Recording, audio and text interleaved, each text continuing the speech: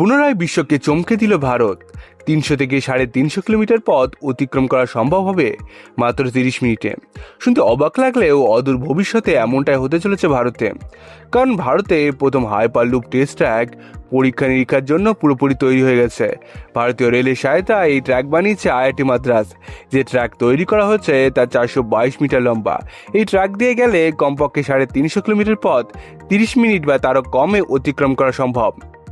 এই ট্রেনের গতিবেগ হবে ঘন্টায় 1100 কিলোমিটার।